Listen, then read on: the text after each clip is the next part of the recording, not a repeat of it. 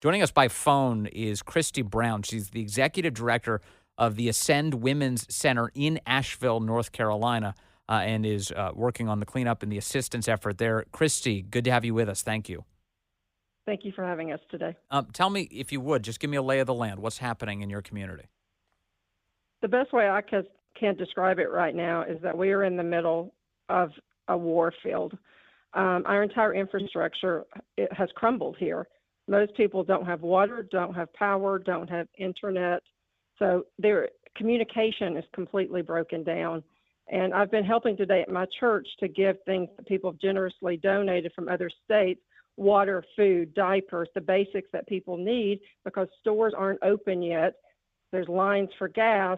And so as I've talked to these families today, if their house was spared and didn't have trees or didn't flow down a river, they feel very fortunate, but they can't process the trauma of what has happened to our area. I was born and raised here. I've never seen anything like this in my life. How is it, tell me, what's the situation in terms of getting things in and out of Asheville right now? So right now there's only one route in and out, and that is I-26 coming up from Atlanta, Greenville, Spartanburg. You cannot come 40 from Tennessee. So it is more challenging to get things here. And then once you get things here, there are roads that are washed away. So depending on where some people live, you can't get to them, right? That's why many people have been rescued through like helicopters and that type of thing. Yeah. So, but there is one route in. Take me through the last few days in Asheville, North Carolina.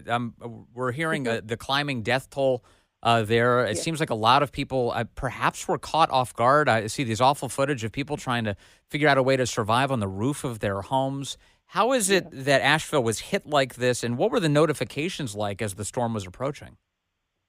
Well, we had some notification that the hurricane was approaching, but what happened on Thursday, because the hurricane hit early Friday morning, but on Thursday we knew that a cold front was coming through and it was going to cause a long day of rain. But the rain that came with just the cold front was excessive, more than normal for us. So we were sort of like, oh my goodness, like people were struggling to drive home from work, all that type of thing. Yeah. We had a slight reprieve until maybe 4 a.m. Friday, and then the bottom just fell out of it. I mean, it was raining buckets. The winds were high.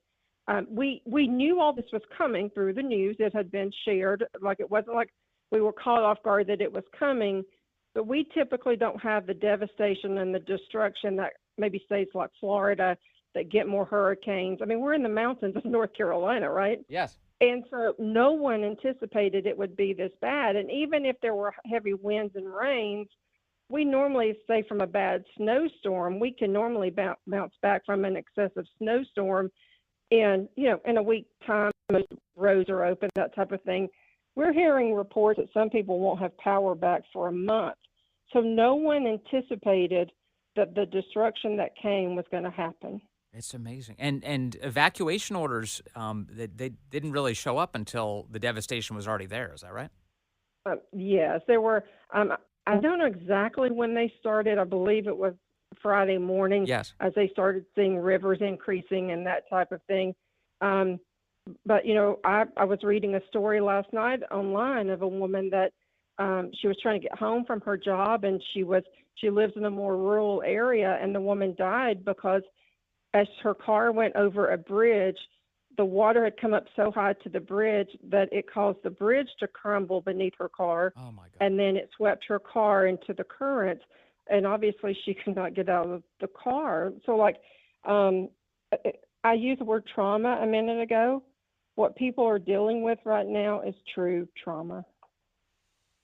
So give me some sense of what the response is right now, what you're seeing on the ground there. How present is the government, either at the state or the federal level? So I can say, like, our North Carolina congressmen and women, both at the state and federal level, they are engaged. I've had calls today and texts today from some of them myself.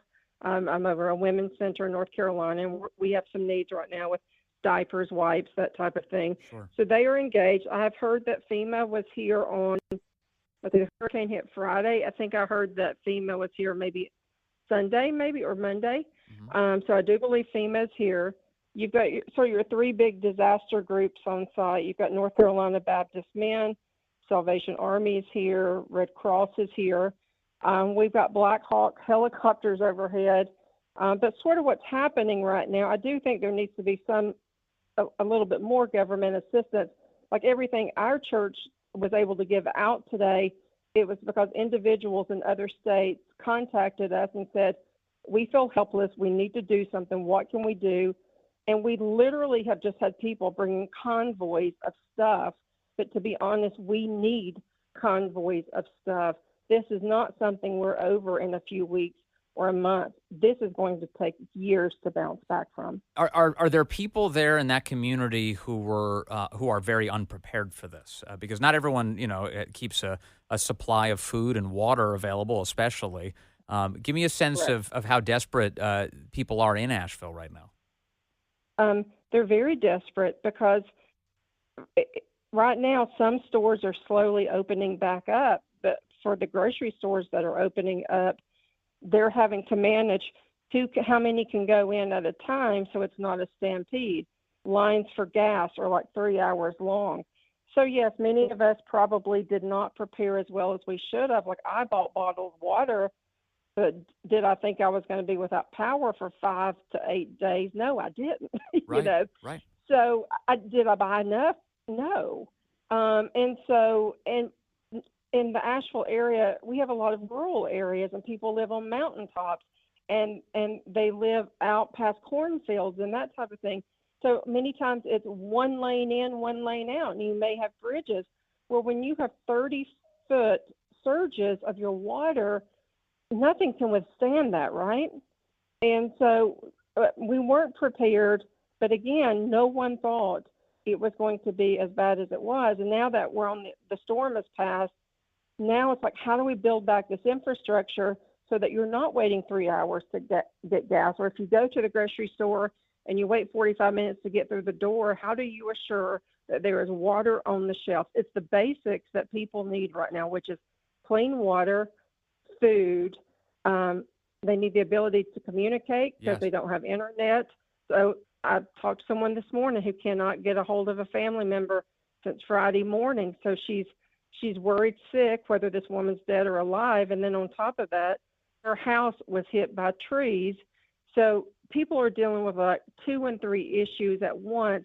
So everyone is in what I call just survival mode right now. It's got to be it's just madness. I mean, to think of how many homes have been lost, the lives that have been lost, people just struggling to find basic necessities. And then what does it look like when they start picking up the pieces? It seems like Asheville's going to be in for a very long recovery. Yes, and there are parts of Buncombe County, that's the county that Asheville sits in. Yes. There are parts of that county that are gone now, right? And like entire towns basically washed away. And so you're absolutely right. It is going to take years to build back from this. And, people are having to decipher, well, do I drink this water? Do I give this water to my 5-year-old if it's my last bottle of water? We have people now panicking over they didn't have enough medicine supply. None of the pharmacies are open. Like, people have to survive right now, even though we're not dealing with rainwater and wind. So it's just, we need people here to help and support, whether it's government or individuals. We need the support right now. We cannot receive too much because all of Western North Carolina was impacted. It's not just Asheville, not just Hendersonville, it's multiple counties. We know the federal government does have the capacity to do amazing things if it sets its mind to it, meaning they can allocate resources places they feel like if they care about. What would you like to see the Biden and Harris administration do right now for Asheville? They need to get supplies here ASAP. I know we have thousands of linemen working to get the power back on, and I honestly don't know if there's a greater need for more linemen, more people to help, track into areas where a bridge is washed. We probably need more people to help with that. I do know that the National Reserve, they have shown up and they've been helping rescue people. That's been a blessing. Yeah. But we need supplies. We don't have time to wait on them. The storm may be over, but people are going to die because they don't have the basic necessities for sustenance, if that makes sense. It does make sense. Kristi Brown, you work. You're the executive director for Ascend Women's Center in Asheville. Right. You work with women. This is a crisis pregnancy center. Is that right? You're correct. Okay, so in other words, you're working with women who are outside of a storm, are very much in need and trying to bring a life into the world and take care of those babies. What Yes. does your workload look like right now in the midst of this storm and helping these women out? Well, you're exactly right. Our typical woman is a single woman. She may have one or more children. Many of them qualify for Medicaid. So, they could not go and stock up on $200 worth of goods in advance, right? And so we, unfortunately, right now are not able to open. We don't have power. We don't have water in the building. We don't have internet, and we can't do an ultrasound in the parking lot. Yep.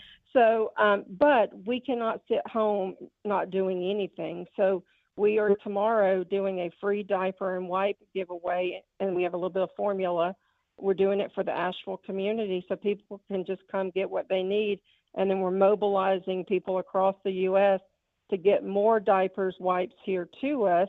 But going back to the infrastructure, we're having them shipped to an address in South Carolina and then driven up because we're not sure we can actually get things shipped to us in the greater Asheville area. So we're going to have a need for that because I figured that we're going to have to do more than one day of diaper wipe giveaway. I've seen it today at my church here in Hendersonville, North Carolina. Multiple families that needed items for their babies.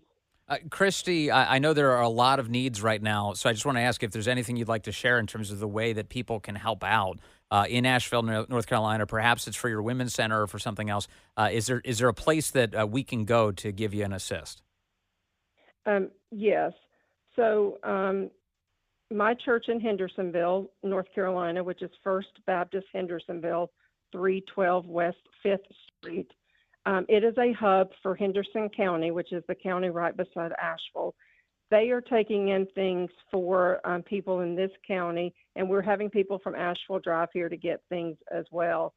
For our Women's Center, we are having, and let me say this, because internet is down, the best way to connect with our church about getting supplies here, those things I mentioned earlier, water, non-perishables, diapers, wipes, those are the things that we need them to bring. There's also a need for ice here.